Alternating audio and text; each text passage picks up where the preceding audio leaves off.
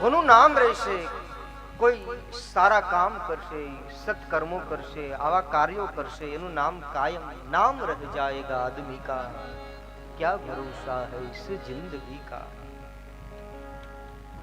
સારું કર્મ કરીએ, શુભ કર્મ કરીએ, આ જીવનમાં તેનું ફળ શુભ જ મળશે.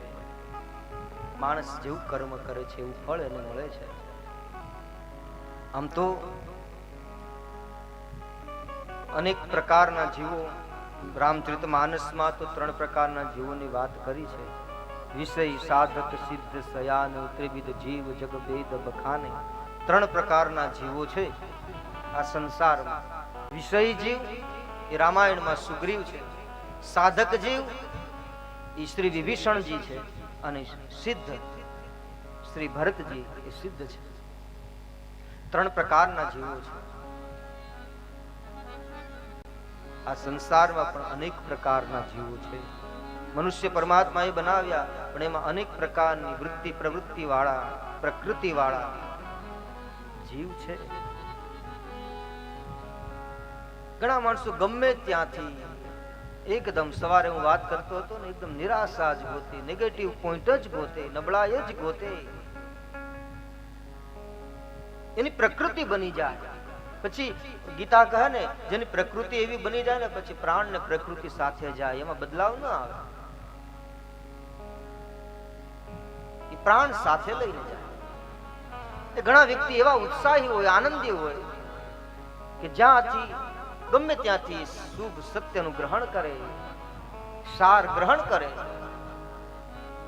સંત હંસ ગુણ ગહી પય પરિહરી બારી વિકાર,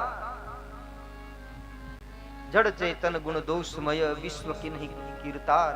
આ સંસાર બ્રહ્માજીએ જે બનાવ્યો છે, એક વસ્તુ નક્કી જ રાખજો, ગાંઠ બાંધી લેજો કે આ સંસારમાં ગુણ પણ છે ને દોષ પણ છે. જડ ચેતન કોઈ પણ જગ્યાએ ગુણ છે, દોષ છે. કોઈ પણ માણસ ગમે તેટલો શ્રેષ્ઠ સારો હોય, એની અંદર કંઈક ને કંઈક દોષ હોય જ. જો દોષ ન હોય તો એ તો પરમાત્મા ગણાય, પૂર્ણ કેવલ પરમાત્મા છે. જીવ અને શિવમાં તું ભેદ છે નો. ગુણ અને દોષ એ રહેલા જ છે હરેક વ્યક્તિની અંદર. ગમે તેટલા સારા ગુણો હોય તો એમાં કંઈક દોષ હોય. ગમે તેટલો દુષ્ટ માણસ હોય, પાપી માણસ હોય, છતાં પણ એની અંદર કંઈ ને કંઈ એવો શુભ ગુણ નીકળે. કારણ જડ ચેતન ગુણ દોષમય વિશ્વ કિન્હી કીર્તાર, સંત હંસ ગુણ ગહી પય પરિહરી બારી વિકાર. સંત વૃત્તિથી, જેમ હંસ વૃત્તિથી જેમ સંતો, સાધુ સંતો શુભનું ગ્રહણ કરે છે, સાચું ગ્રહણ કરે છે, સત્ય ગ્રહણ કરે છે, અને જે જરૂરિયાત નથી એને છોડી દે છે. આ હંસ વૃત્તિ છે.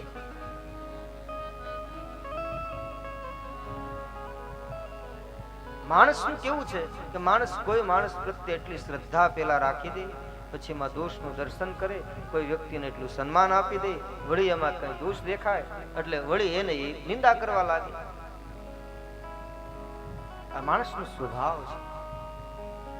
દીક્ષિત દંતકોરી નામના આપણા ખૂબ જ મોટા કવિ, હિન્દી કવિ, એમણે બહુ જ સુંદર ભાવ એક શેરમાં લખ્યો છે કે યા કબૂલ કર મેરી કમજોરીઓ કી સાથ, યા કબૂલ કર, તારે જો મને સ્વીકારવો હોય તો મારી કમજોરીઓ સાથે મારો સ્વીકાર કર. જો પ્રથમથી તું મને દેવ તરીકે સ્વીકારી લઈશ અને પછી જો મારી પાછળથી કોઈ દોષ જોઈશ તો અપરાધ તારો છે. યા કબૂલ કર મેરી કમજોરીઓ કી સાથ, યા છોડ દે મેરી તન્હાઈઓ કી સાથ, યા છોડ દે મેરી તન્હાઈઓ કી સાથ. કોઈ પણ માણસને આપણે સ્વીકાર કરીએ, એમાં કઈ દોષ હોય, ગુણ હોય. રામાયણમાં એ વાત જુદી છે.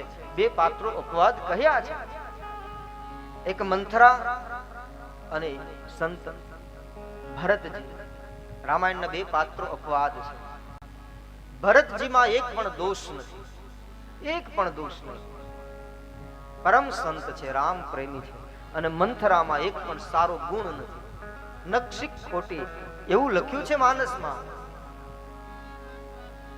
એ અપવાદ પાત્રો છે, પણ ગુણ દોષ હરેકમાં છે.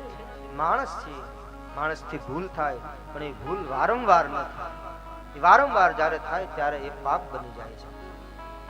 જૈન પાઠકની કોઈ પંક્તિઓ છે કે દડ દડ દડ દડ દડી પડે ભાઈ માણસ છે, માણસનો બચાવ કર્યો. દડ દડ દડ દડ દડી પડે ભાઈ માણસ છે, હસતા હસતા રડી પડે ભાઈ માણસ છે, વાત વાતમાં લડી પડે. કેમ કે માણસ છે. આપણે ત્યાં કહેવત બહુ જ પ્રસિદ્ધ થઈ, માણસ માત્ર ભૂલે પાત્ર.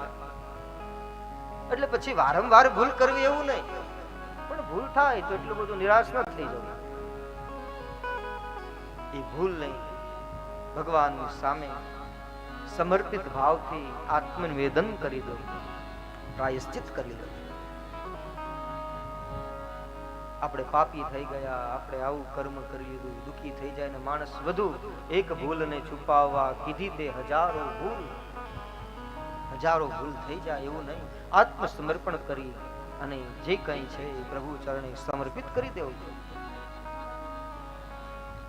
તો માણસની અંદર ભૂલ ગુણ દોષ રહેલા છે, એ સ્વાભાવિક છે.